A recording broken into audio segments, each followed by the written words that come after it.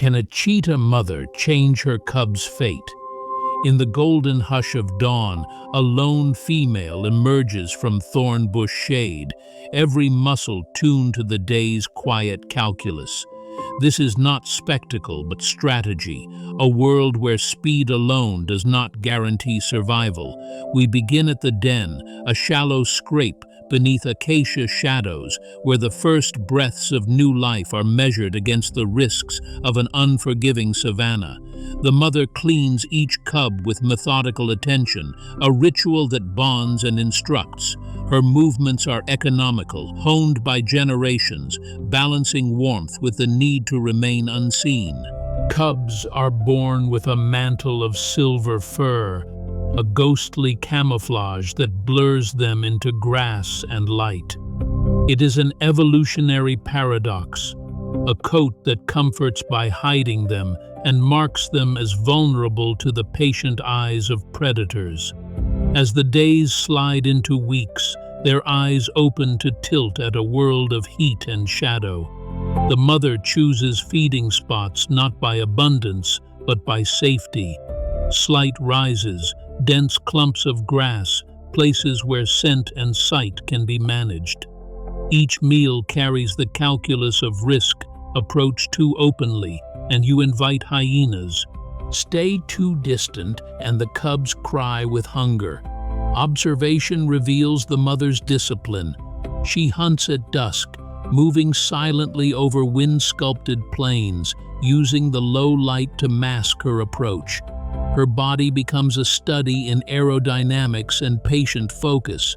A chase is not merely speed, it is timing, a precise negotiation with distance and breath. When she returns, often with a fresh quarry, the teaching begins. Cubs do not learn to run by watching victory alone. They learn through play that mimics death and hunger and escape. The mother initiates rough wrestling, rolling her young in dust, teaching paw placement and restraint. These are lessons in muscle memory and decision-making, where instinct meets practice. We watch as they evolve from wobbling masses into lithe silhouettes, testing the universe with tentative leaps. Insight emerges when we consider the social ecology of cheetahs. Unlike many big cats, mothers raise their young alone, a solitary endurance that demands intelligence beyond raw power. Their territories are negotiated with scent and memory, shifting with seasons and the migrations of prey. Predators like lions and hyenas represent not just competition, but existential threats, shaping maternal strategies.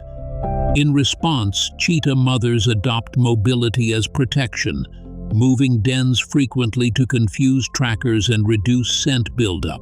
This constant motion teaches the cubs an early lesson. Survival is often about knowing when to leave. Scientific observation shows that mortality among cheetah cubs is tragically high, but where some risks are statistical, others are behavioral and adjustable. Mothers that adapt hunting times, choose cover more wisely, and calibrate their teaching increase cubs' chances. We see pattern in repetition. The mother returns to a teaching routine at dusk, pausing to monitor wind direction, allowing the cubs to witness prey from a distance before the hunt. This is a living curriculum in predator calculus. Close-up footage reveals the tactile intimacy between mother and young. The rasp of sand under claws, the whisper of whiskers against fur, the hot breath of the savanna at dusk. These sensory details are more than aesthetics. They are data points in a life lived at the edge of risk. There are moments of vulnerability that reshape the narrative.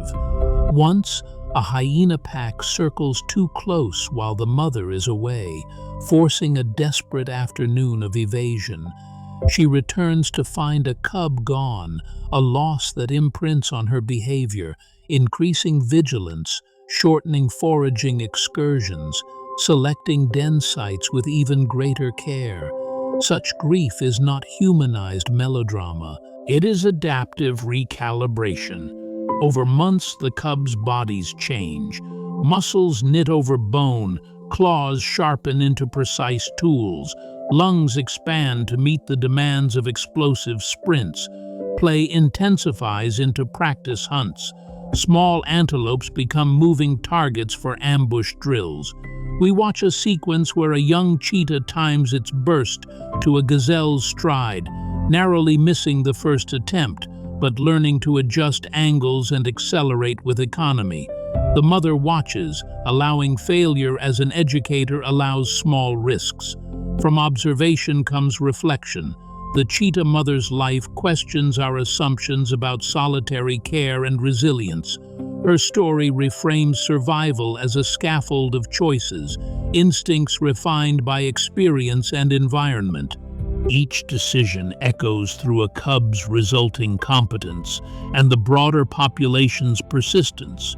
As seasons turn, the cubs reach independence. The mother, gaunt from the relentless demands of provision and protection, makes the decisive choice to push them into autonomy. They disperse, carrying a composite of lessons: where to hunt, how to read wind, which dens to avoid. The savanna receives them not as blank slates, but as agents shaped by maternal strategy. In the end, the cheetah mother leaves traces beyond her immediate brood. Her adaptive behaviors ripple across generations, transmitted not genetically, but through teaching and example. The final scenes are of dusk-muted silhouettes against an endless plain. A mother watching her grown cubs vanish into the heat shimmer, a quiet testament to endurance. When we step back, her life offers a larger insight. Conservation is not only about protecting species numbers, but about preserving the behavioral landscapes that allow complex maternal knowledge to be passed on. Protecting corridors, reducing human-wildlife conflict, and mitigating change keep those lessons alive. This is a story of fierce tenderness, strategic solitude, and the fragile arithmetic of life in fast motion. Can a cheetah mother change her cub's fate?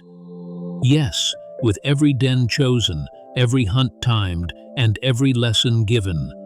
Her legacy is written in speed, silence, and the small, stubborn acts of care that keep a species running toward tomorrow.